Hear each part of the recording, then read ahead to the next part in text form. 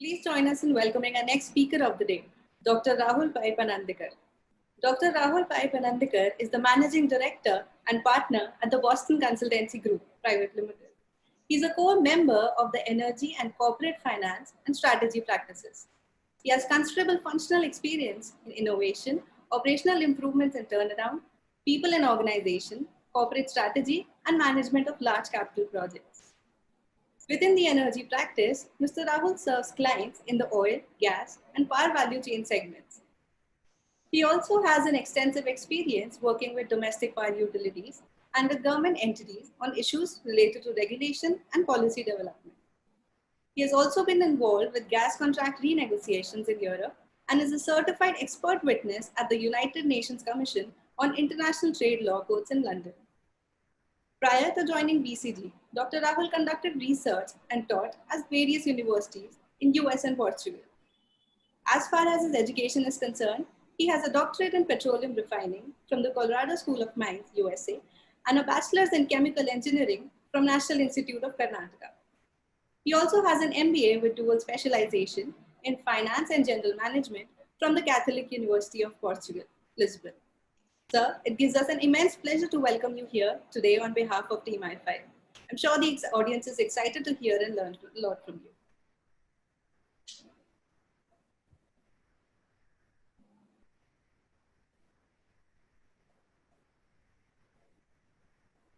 Am I audible? Yes, you're audible. Thank you so much, Muskan. Thank you so much, Mitakshi. And thank you so much to the organizers for this invitation. And for all of you, for the patience that you'll have to show over the next 30 minutes or so while I give you a point of view on what resilience is all about and why it's important in the current context. And so let me start out. For the next about 30 minutes, I'm going to be a little bit like Robinson Crusoe and leave my strategy hat out and be stuck on this island and be a resilience consultant for all of you. And I won't delve into resilience very quickly, but let me take a step back and actually think about the two people that I think about who've shown the most amount of resilience when it comes to the last century. And it's quite an apt situation that today we have Gandhi Jayanti, and the person who was beaten down but always stood up, always took the fight, Mahatma Gandhi is a perfect symbolization of what resilience could be. And the next person that comes to my mind is also a person who founded literally another country or took another country forward, and that's Nelson Mandela. And one can learn a lot about what resilience is from the personalities of these two giants, as well as I think we can learn a lot about resilience from nature. Before we get to companies, I think it's very important to reflect on what resilience has meant in nature. And for all these animal species that we think are absolutely the base animals in the world, they're actually some of the most resilient animals that one can imagine. Whether it's the ants, the cockroaches, the rats, the camels, the jellyfish, or the bedbugs, they qualify as some of the most resilient. They have been able to survive hundreds of millions of years. They have been able to adapt when the world has not been kind to them. They have survived cataclysmic events that the universe has seen, and they have exhibited resilience. And hence, it's very important to lay out the context that resilience is not a new concept. Resilience is actually not even an inorganic concept for humans. Humans have exhibited resilience. Nature has exhibited resilience. Animals have exhibited resilience. But remarkably, and I think many consultants are also to blame for this, companies have not given enough importance to the whole area of resilience. Right? Let me leave this up for you for about 30 seconds. And this is not to say Mr. Bill Gates was absolutely the prophecy of what we are going through right now. But all he said was the world is simply not prepared to deal with a disease, and especially virulent flu, for example, that infects large number of people very quickly. Of all the things that could kill 10 million people or more, by far the most likely is an epidemic. But I believe we can prevent such a catastrophe by building a global warning and response system for epidemics. So it's been known for a long time that pandemics pose a very particular risk to the world.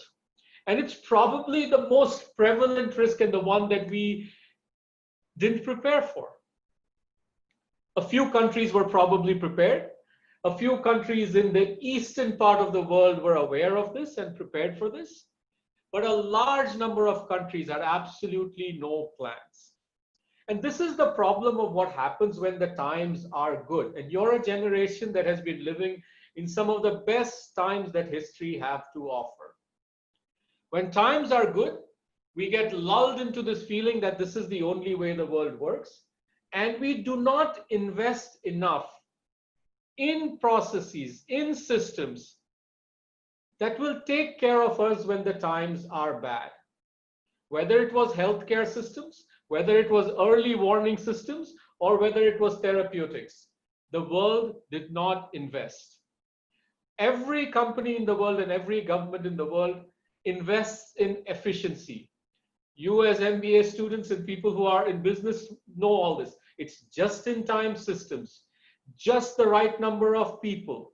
It's just about making sure everything is brought down to the element of efficiency. And it is in times like this we are continuously reminded that when there is a rainy day, when there is a storm, it's not just the efficiency that helps us, but it is things such as resilience. And this is times when all leaders must take that step back and ask themselves, is this word called resilience, is this entity called resilience something that we need to be paying attention to? Is this something that we can build a strategy on? Is this something that we can build value on, right?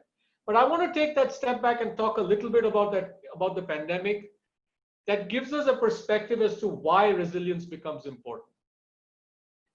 First of all, we're already now about in the 7th month or 8th month, whatever you want to call it.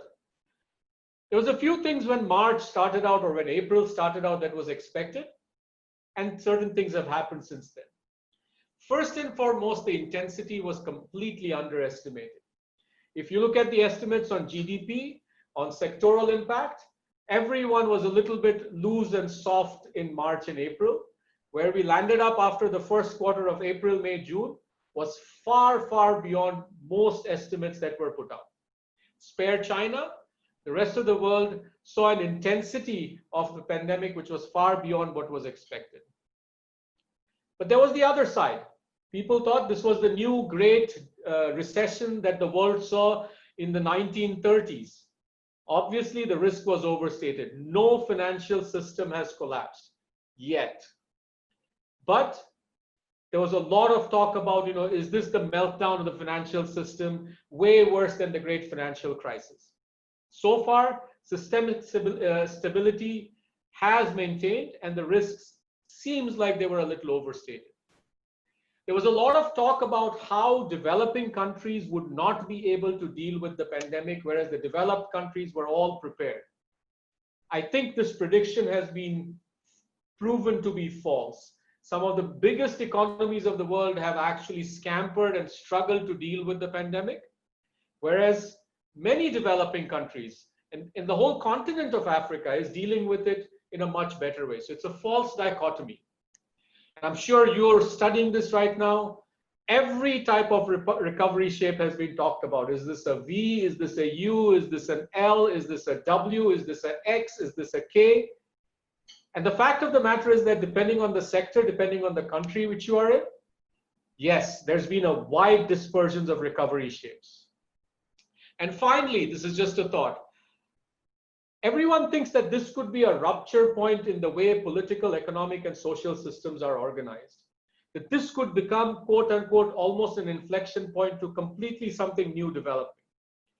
But the fact of the matter is, up to now, what we see is long-term legacies, whether it's social democracies, whether it is political institutions, we think are far more resistant than we anticipated before. So yes, certain behavior, certain attitudes, certain consumption patterns may change, but I don't think all of a sudden we are throwing away the legacy systems, whether it's on political, social, or economic thought going forward. But it still raises a lot of questions and raises questions about what leaders need to be doing and what should they be thinking about right now, right? And there are three things, very simple. First, this has been a disruption, likely for most of you in your lifetime, and I can surely claim to be, this is one of the largest disruptions that have happened. So it's important to take pause and take stock. Where do we stand? How is it going? What has worked? What has not worked? Second is, and it's not too late, can we build resilience? And the third one is, how do we come out of this and actually capture advantage? Now, I'm going to present to you maybe a slightly provocative perspective, which is almost anti-efficiency, and saying that one must need to invest in something such as resilience to build competitive advantage going forward. This is based on really, really fresh research that we are doing. And it may not be true. And so if some things seem a little conceptual, they are by design. I am not trying to say that everything that I'm going to present to you is correct, but we're doing some studies to start understanding, are resilient companies natively behaving better? Are they performing better? And is this the new mantra for how we should be looking going forward? Right? And hence it's fresh research. It's a slightly provocative point of view, but I'm happy to debate it. And here's the proof in some ways. And you know, the Chinese economy is the one that has come up the most since the pandemic hit them in January. And look at it, when you look at the soft hit industries, look at the horizontal line as being the one where they started out in January. And the soft hit industries are practically back to the level, if you want to call it level 100 already. The hard hit industries are a little far off, but that's not the story. The story is the fact that if you look at the better performance in the soft hit industries versus the worst performers in the soft hit industries, there is a dramatic difference. The companies that are performing better are already indexing past 120. The companies performing worse off are still at 80. That's a 40 percentage point difference. And it's important to understand why is there such a big difference. And if we can decodify it, how can we then actually codify it so other companies can be thinking about it as well? And we're not the only ones debating it. Arvind Krishna, right away in April, besides all the lovely other things that he did, talked about it. He said, the first thing that we have to worry about is how are we going to think about building resilience, right? And so with all this talk of resilience, what exactly does resilience mean? And it's actually quite simple. When we think about resilience for a company, it's the capacity of a company to absorb stress, absorb shocks, recover the critical functions and functionality that the company needs to operate, and then even more, thrive in these new altered circumstances, create the new grounds for competitive advantage. This is especially needed when the world has seen a shock in the way that we have seen. And this could mean different things for different companies. This could mean different things for different sectors. When COVID-19 hit, most businesses saw a drop in demand and a shock in demand. Many companies saw their supply chains being hit. Many companies had no financial buffer, and so they would not be able to keep their head above the water. And so all of these are the different shocks that one needs to be able to absorb, recover from, and then make sure that whatever are the altered circumstances, we need to be able to take advantage of that and create strategic advantage. This is how it would look like. And what's the difference between a resilient company and a non-resilient company? And this is just a cartoon. When the shock hits, a resilient company will make sure that the drop in your performance is amortized. It's not as deep as a non-resilient company. It will make sure that the road to recovery is faster than your peers. And more importantly, the extent of the recovery can be higher than your peers. Right? So it is fundamental for companies to decode what exactly is going on to make sure that we can develop what is necessary. Now, as good consultants, we depend on data. And so what we did was look at companies and look at their performance for the past 25 years. So we're talking about at least 3 major crises before COVID and a few minor ones. And so we looked at every single quarter's performance of 1,800 different companies for which data is available. And when you look at that, there are a few points that absolutely stand out. The first is that your performance during crisis has a disproportionate impact or a disproportionate effect on your long-term performance, right? That's number one. What we see is that performance, as we measured by a total shareholder return perspective, is almost 3 times more compared to your peers' average if you perform better during a period of crisis. The second, and this is what this graphic shows, the deeper the crisis, the greater is the impact that you will feel, and the greater will your performance during this phase have on your long-term performance. It means that if you have been able to be resilient and if you have been able to perform better during this crisis, your long-term performance is likely to be 5 times better than your peers who are feeling the same crisis right now. Right?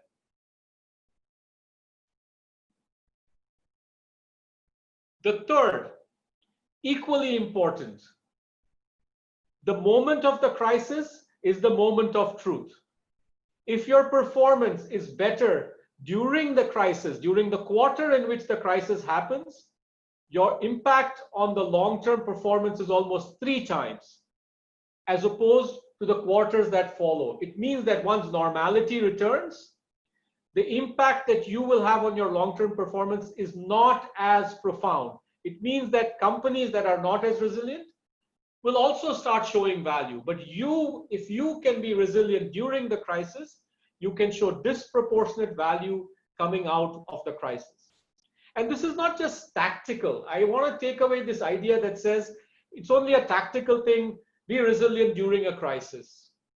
What we find is that these companies that are resilient, it's actually a strategic thing. The fact that they build in buffers, the fact that they actually think about a rainy day is actually strategic. It's not just during the period of the crisis. And what we see is that the performance in crisis periods is obviously about 30 percentage points better, but even in the non-crisis period, the performance is almost 16 percentage points better when you compare the bottom quartile and the top quartile of performers. Right? So the whole idea that this only matters during a crisis is actually not true. You can actually generate significant value even in the non-crisis periods.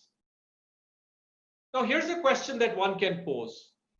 Are there companies that are resilient by design, or are there companies that actually behave in a manner that is consistent in resilience? What does that mean? Have they created the conditions internally that allows them to be resilient all the time? And what our research shows is that there's about 15% of the companies that actually are resilient against the majority of the crises. That's actually very interesting. It means that there is a certain codified norm that one can actually put into the company to make sure that doesn't matter what the crisis is, they will always be consistent. Why am I saying this? Let's take 2 examples. Everyone has talked about Zoom. And the other company that one doesn't know or one has heard of is a company called Clorox, the sanitizer makers. Obviously, in this crisis, those 2 businesses have done amazingly well. And obviously that is true. But does this mean that there are companies, doesn't matter what the crisis, perform well? Yes. And so it means that there is a set of things that one can do and think about that actually allows you to be more resilient to crises. Here's an interesting point. There are companies for whom the value of resilience is much higher. And they're typically the companies that have actually had large vicissitudes and uncertainties in their business models as it is. You take a sector such as telecom, you take a sector such as semiconductors, service sector. They have seen large variations and large numbers of vicissitudes in their business environment. Typically, the value of resilience in a company and a sector like that is very high. Whereas if you take at the other extreme, a business such as food and beverage, food and staples, we don't stop eating. It doesn't matter what the crisis is. And so they've not seen as much. And so the value of resilience there is much lower. But it's important to recognize that to some degree or the other, most of the companies actually see the value of resilience. Now, let me try to put this together. And here's a very interesting perspective. On the x-axis, we're trying to see the performance during a crisis. On the y-axis, we're looking at the performance in the good times, which means no crisis. And if you look at the northeast quadrant, what I call as all weather, there's a set of companies, almost 1/3 the companies that we analyze are actually all weather companies, which means they perform well in the times of crisis, and they also perform well when the times are good. Then there's a set of companies that do very well during crisis, whom we call the resilience exploiters, such as Walmart and Berkshire Hathaway. Right? But if you look at it, 2/3 of the companies will become long-term outperformers, and they're also doing well in the crisis. This falls in our definition of what are resilient companies. Then there's a set of companies that actually are very good in terms of their performance in the good times, but actually do terribly in terms of crisis. This may be a harbinger of their long-term performance to come, unless they can dramatically rethink what their business model is about. And you look at companies such as Charles Schwab, American Express, they're very efficiency focused, or they are growth focused in an attempt to, in a very opportunistic way. But they haven't really created the conditions to become resilient. And then let's leave out the underperformers who don't do well either in a crisis or don't do well when times are good. But it's important to recognize that actually almost 2/3 the companies who are doing well in the long term continue to do well during the crisis. And when that happens, we would like to see why is that happening. I mean, let me lay out to you the 6 attributes that we believe make companies resilient. The first one is prudence. The second one is redundancy. The third one is diversity. The fourth is modularity. The fifth is embeddedness. And the sixth is adaptivity. And we'll go through each one of these. And each one of these companies applies these value creating levers at different time scales. Your ability to anticipate a shock plays right into prudence. It's our ability to anticipate a shock and then act prudently according to it. Let me give you a statistic that is quite remarkable. 100 companies in the Fortune 500 had analyst calls in the middle of February. This is after the first outbreak in China. This is after the virus has gotten into Europe and actually the very incipient part of the United States. Of the 100 Fortune 500 companies, only 10 companies actually even mentioned that there would be a potential impact on their global business because of a pandemic. And the word pandemic was used by only 10 companies. It is then not a surprise that 8 out of those 10 companies are actually performing quite well. They anticipated what many other companies and sectors and countries and governments did not anticipate. The second, where the elements of redundancy, modularity, diversity, and embeddedness go through, are going through in both the elements. How can I make sure that the depth of the crisis for me is not as intense? And also making sure coming out of the crisis, I can come out faster. And I can also make sure I can create advantage coming out of this crisis. And hence, all these elements that I'm talking about in some way or form are used to build some kind of advantage for you. Your ability to recognize threats, your ability to withstand the stress or the shock, your ability to quickly adapt, and your ability to future shape your business in a way that you will create disproportionate advantage. Right? And there are examples of each one of these. But let me talk about what each one of these means. The first one, as I mentioned, is about prudence. And that gives you an ability to anticipate what you're doing for the future. Now, we can write hindsight stories about Zoom. And the founder was pretty much on the right track in understanding that audio to video was bound to happen. And one of the biggest breaks was that we needed low connectivity, high quality video. And so when the crisis came, he was best positioned to take this long-term trend, which was already happening. And given the mass of the people that were looking for it with low bandwidth and low or poor connectivity, it was a given that he and Zoom would succeed. Let's look at an example which I absolutely admire, a very steady, stable company such as 3M. They had built in significant amount of redundancy. Before I get into redundancy, let me point out the two other elements of prudence that are important. Do you have continuity plans? Do you build contingency plans? And do you, as a strategic team, have an early warning system? And what are the markers and milestones that you're tracking that allow you to change this warning into action? That, as we all know, is about being prudent.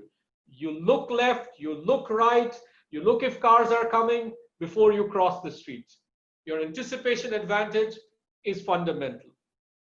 Redundancy. And I was using the example of 3M. They were one of the few companies that had a large capacity possibility within the United States and outside the United States to produce PPE. Most other companies were running at full capacity. They had capacity. And so they could use this as surge capacity to respond to what the market wanted. And hence what was considered by many analysts in good times, what the hell are you doing with creating excess capacity, was put to some of the best use in this times. The second is financial capacity and creating financial buffers. From our analysis that I was presenting, companies that have a better debt to equity ratio, 16% better, are more resilient. They have 27% better cash requirement to operating cost ratio. It shows us that saving for a rainy day that all our parents and our grandparents and relatives have been telling us is not a bad idea. It's actually a good idea, not just for individuals. It's also the same thing that applies to companies.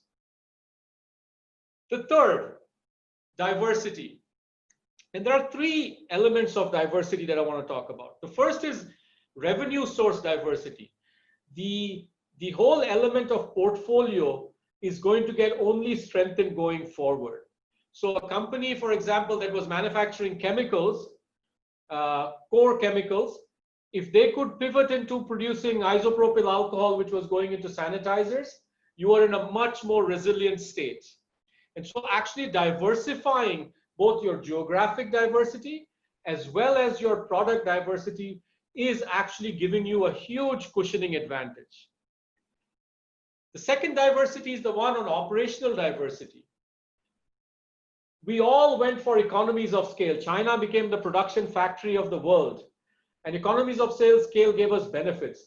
But you know, the companies that performed the best were the ones that had local production, were the companies that had actually diversified operational centers and operational asset base. You know, you even think about something like an Airbnb. When their long distance business failed, the tourism business, they went into, especially in the United States, they wanted people to leave the cities, and so all the suburban areas started picking up. So a certain element of operational diversity becomes very, very important. The fourth is modularity. And modularity becomes important because in a world where uncertainty, and this is something that we've been talking about a lot, is only increasing, the volatility in returns are only increasing, taking very large investment decisions starts becoming a problem. It is very important for companies to start thinking about how do you embed modularity and flexibility as a part of your operating model. I don't know if you remember, but when the big Fukushima earthquake happened, you know, the silicon wafer industry was hugely hit. And the reason was because 60% of the wafers that were produced globally were produced by 2 Japanese companies and in 2 facilities. There was absolutely no possibility to be able to be supplied by any other part of the world. And this is a huge issue. And so it's important to make sure that you may have a local for local policy, a regional policy that allows you to scale up all your different elements of operations in a modular way. The second is maybe modularity in financials. How can we create financial modularity? And a classic case, you know, and in hindsight it looks amazing, is the separation of Google and Alphabet. Just the fact that the business segment, which was about advertising and consumer facing, got hit, actually did not hit Alphabet, the mother company. And so this hindsight of financial separation, where you make sure that you isolate the effects of the crisis in a specific module, is actually working very, very well for companies. Embeddedness, big word, simple thing. It is your ability as a company to be valued by your customers and the society in which you are embedded in. More and more, your purpose needs to align with society's values. It is not just about how many dollars, cents, and profits you are generating. It is about your ability to appeal and be a part of the broader societal picture and create total societal impact. So be important to your customer, be relevant to your customer, make sure that the purpose of your company aligns with the purpose of society at large. It's a very small example for those of you who may not know. CVS is a chain that sells health products. It's a glorified pharmacy in the United States. A few years back, you know, they used to sell everything, cigarettes. They said, no, our purpose is about serving and letting people get back on a better health path. And they stopped selling cigarettes. They were one of the best performers in this crisis. And they've outperformed many other companies going forward. The last one I want to talk about is adaptivity or adaptiveness. And this is true as much for companies as it is true for animals, as it is true for nature. Our ability to adjust to the new circumstances is going to be absolutely critical in defining the future industry dynamics, as well as our ability to be able to beat our peers and come out with certain competitive advantage. This has been true for species and evolution, where it's not just the survival of the fittest, but it's the survival of the animal species that have been able to adapt fastest to the changing conditions. That becomes very critical.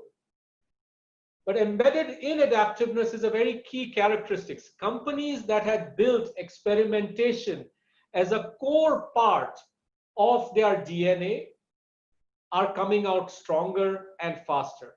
Experimentation, agility, and our ability to be operating flexibly are all elements of what makes us adaptable. There's a storm, there's a crisis. What can we do to adapt?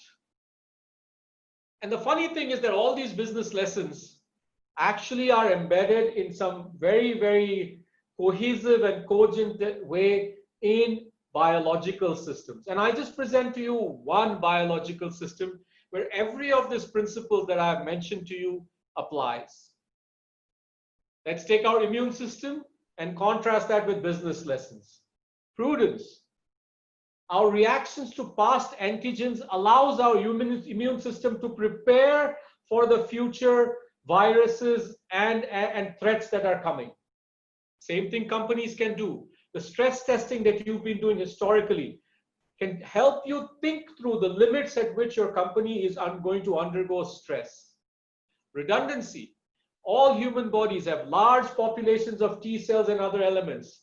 And as we all know, even in the COVID-19 times, the presence of T cells has been fundamental in faster recoveries. So how do you create redundancies in company? Keep safety stocks, keep financial buffers. Diversity. When the body fights a virus, it is not just because it's one chemical reaction. There's a multiplicity of antibodies that are going after antigens. We need a portfolio approach. We need business models that are based on diversity. Modularity. The body's immune systems defends itself in layers. If one fails, there's the next one. If the next one fails, it goes to the next one. How can we think about modularized, decentralized structures when we think about companies? Embeddedness, and from all of you who are hearing out all these news about COVID, the cytokine storm, when your body's antibodies don't live in harmony with the rest of your body, it can actually be more harmful. So your ability to be a part of your ecosystem, of the company, to be a part of your society in a harmonious way is absolutely critical. And adaptiveness. The virus is going to change. The threats outside are going to change. The world is going to change. You have to have the ability, and the immune system is so brilliant that it has the ability to create new antibodies to new infections. Our ability in companies to experiment, create the new basis for competitive advantage, start becoming absolutely critical. I'm going to sort of end here. I started by making the argument that this is actually quite a bit provocative when we start thinking about resilience. Because in some way, it's anti-efficiency. We're trying to break the trade-offs. Efficiency has always been about no waste, standardization, maximization of returns. Resilience is about building the redundancy that helps you and keeps you strong in these tough times. It's about diversity. It's not about standardization. It's about experimentation and adaptation. This is your insurance policy. It's an optimization. It's not necessarily a maximization. And the argument that we are making is that says, yes, in good times, efficiency plays out. But if you look at the long run and the long-term performance that you need to deliver, you need to build resilience in equal quantity, if not more. I'm going to actually leave this last slide and we can move into a conversation and a debate and a discussion. And I just want to leave a few points for you. And this is opportunities for action both as individuals and as company. Improve your foresight, your ability to anticipate the future. Start thinking about that. I always call it this whole thing, start having a biological mindset rather than a fixed mindset. All biological systems adapt brilliantly. They are robust, they can adapt, they are in harmony with the environment in which they are. And hence, the opportunity for action is for us to move away from a deterministic, we have a one-path solution kind of way, to something that behaves a little bit more biologically. I'm going to leave this slide, which has absolutely nothing to do with the presentation. But this week, one of the most impressive cartoonists from Argentina died. And I don't know if any of you know this. This is a cartoon character he created 30 years ago called Mafalda. And Mafalda, like for some of you, like Calvin Hobbes, is a bit of a philosopher. And I think the cartoonist died this week in recognition of his life, who I'm a fan of. I thought I'd leave this here for all of you to see. I'm going to stop there. I think I've probably spoken more than I should have, but I'm happy to take on any questions. Thank you so much for such an informative session, sir. I'm sure all of us present here have benefited from your speech immensely. The floor is now open for questions. The attendees are requested to put in their questions in the Q&A section, please.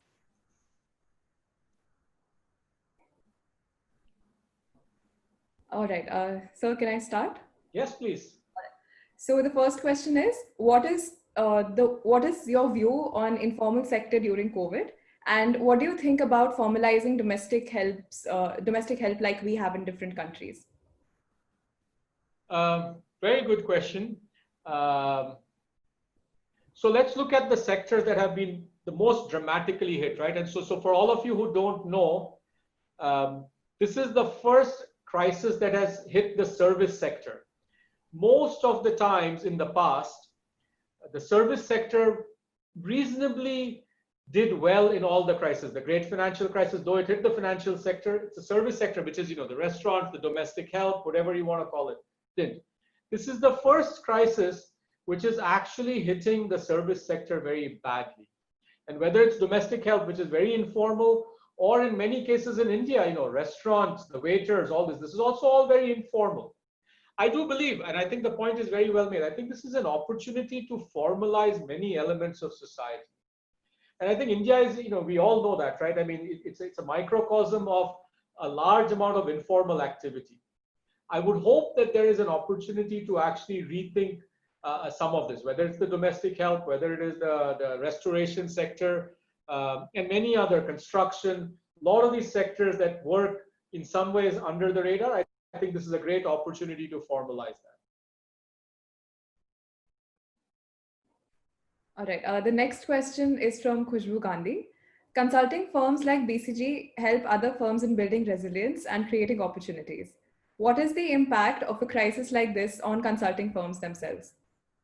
So, we are a part of the world, so we are not immune to the crisis, but it's actually a very interesting point, and as I was actually, when we did this research and we were applying it to ourselves, as you can imagine, as a consulting firm, it's very interesting. So the portfolio approach, the diversification. So today, overall, a company such as BCG is doing far better than the market, but by far delta over the market globally.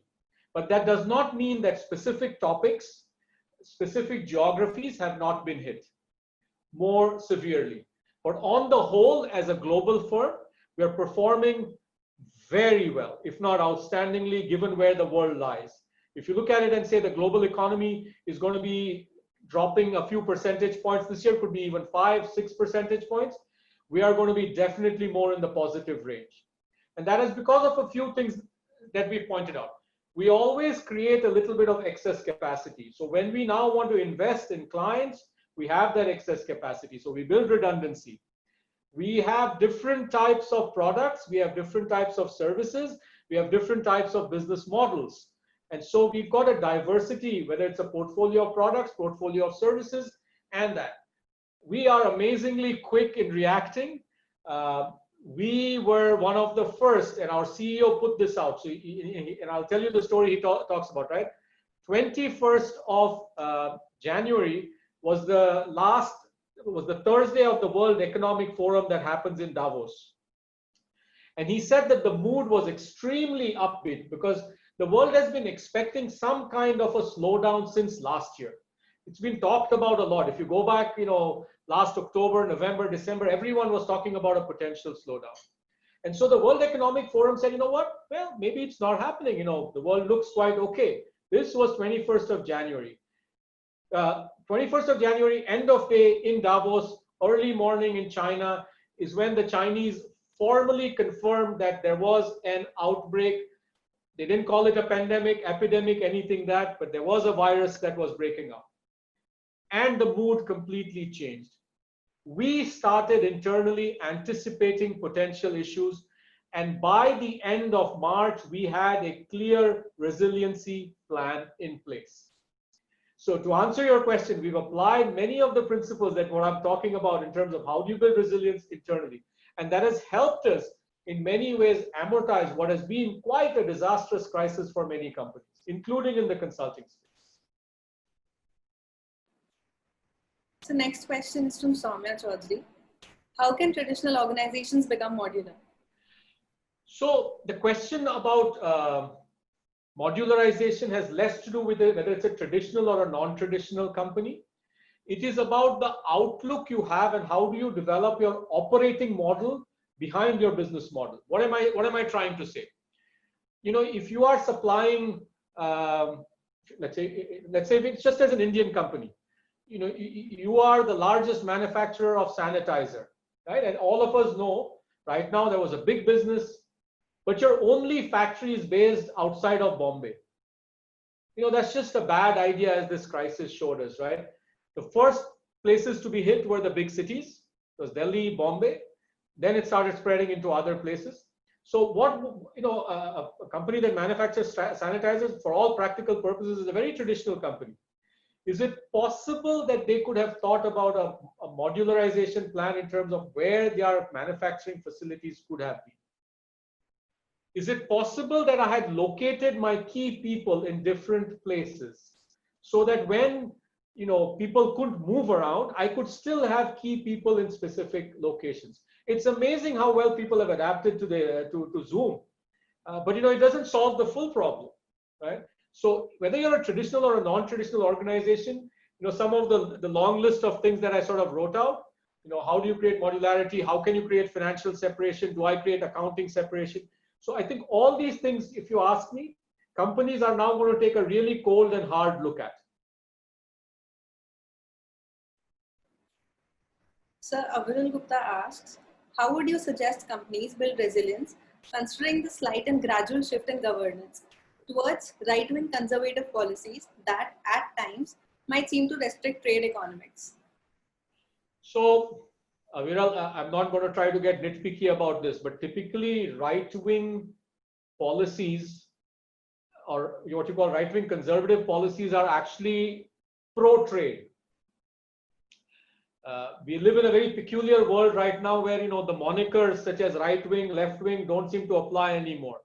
There is a clear anti-China movement, what if you want to call it deglobalization, but both the right-wing and the left-wing, conservatives and liberals, are going after it, right? So I think there are bigger trends in terms of how the globe is playing out. But, you know, all companies, and it doesn't matter where in the world you are facing the same policies, right? So to use the fact that policies change, it's an externality that you have to face. You know, I have to face it and you have to face it. So all the companies face the same externality. It is within the construct of that externalities that you have to generate or create a competitive advantage. I don't get the excuse to say this policy only applies to me, right? So it doesn't matter what the policy is. We have to be ready, prepared, anticipate, modularize, build redundancies. Doesn't matter who comes into power. But I'm not saying that this is devoid of your strategic intent, where you should be thinking about what these externalities are. Deglobalization, you know, who knows whether China will continue to be the factory. There's a sector that I track very closely, which is gas. In India, believe me, gas is actually above the 100. So they're already growing vis-a-vis last year. And the reason is quite bizarre. Many of the companies that use gas in their production units, not the home, in their production units, are seeing a transfer of supply chains from China to India already, right? Now, whether it's the right wing or the left wing or conservative, pro-trade or anti-trade, what you need to be doing is watching these movements and preparing your plan based on that. Does that make sense? Yes, sir. All right. Thank you so much, sir. The next question is, what are your views on the business of the small sector of the economy, the street sector, which in turn is the biggest micro business in India? Say that again. What are your views on the business of the small sector of the economy, which is the biggest micro business in India? At the current moment or in general? I think at the current moment. Yeah, so, it's been very badly hit, and I just don't have enough words to be empathetic toward the small business owner. For a small business owner, the system sometimes is not as kind as we'd like to think. What do I mean by that? They have the hardest time getting loans and support. They don't have the ability to create large amount of buffers like I'm talking about, right? I can't, if I'm running a small business, let's say I'm running a small restaurant which has 5 people working, I'm not going to build a redundancy of 5 more workers. I'm not going to build up stocks of a very large amount because my cash flow management cycle works that way. And so personally, I have the largest amount of respect, or the highest respect, for the people who are in the small and the medium sector right now, which are struggling. At a very macro level, I think this is the sector that needs the largest amount of support. There's 2 parts to this. There's one that is about thinking about the support. We will give you loans, we will give you moratoriums, we will give you whatever. But there's the second part, is this policy translating and being delivered on the ground? And are the small business owners really the beneficiaries, and are they really benefiting? And there's a third part, which let's not forget about that. Getting free money is easy, and giving out free money is even easier. When is demand going to pick up? Because all business is actually predicated on the idea that sooner or later you're going to have a profitable balance sheet, a profitable P&L account, right? So one has to be very careful. So I don't have an easy answer for you. I think they've been hit terribly. I think they also have the least number of levers in terms of what they can do to come out of this. But I think both policy, delivery of the policy, and a demand stimulation, I think, are critically required to make sure that we pick things up again. Right, sir. The next question is, every crisis is different. A pandemic poses challenges that are more far-reaching than, say, a financial crisis. How can a firm design a resilience strategy that is versatile enough to be applied to any form of crisis? So I'll answer it in a different way. I think it's a very good question, right? And this is exactly the thing, right? I mean, if we foresee the pandemic, the next time it may be something else, and then, so what I'm trying to say in some way, so if you realize it, I almost presented my levers almost theoretically rather than getting too prescriptive. And the reason is, if I am running a company now in a global firm like ours, I want to start creating some of these things, building redundancy, building adaptability, almost as new muscles for my company. We talk about this, right? And we, whether it's in an MBA program or elsewhere, we should be experimenting. Believe me, majority of the companies do no experiments when times are good, because you don't need to. And companies will struggle because they have no DNA of experimentation. We love saying these things: fail quick, fail fast, fail this, fail that. Most companies have no tolerance for failure, right? So to me, the 6 elements: adaptiveness, modularity, redundancy building, embeddedness. This is about building muscles in your company that can then be adapted and molded depending on what crisis comes up. So if it's a financial crisis that comes up, you'll have to build your resilience plan around financial buffering. How do you deal with that? If it's a supply chain crisis that affects you the most, it's the operational modularity and flexibility that you need. If it's a demand side, it would have been good. And you will start thinking of your strategy with a little bit more of an open eye that says, exactly what should I be doing when I think about my product portfolio? You will think about cyclic and counter-cyclic products, right? There are products. Insurance works very well right now because we're all afraid of our health and getting sick. But there are other, mutual funds will work well when growth happens. So should I be doing both insurance and mutual funds? I think every company will start now having to think around these 6 levers and say, how do I build that as base muscle within the company, rather than think about predicting what's the next crisis.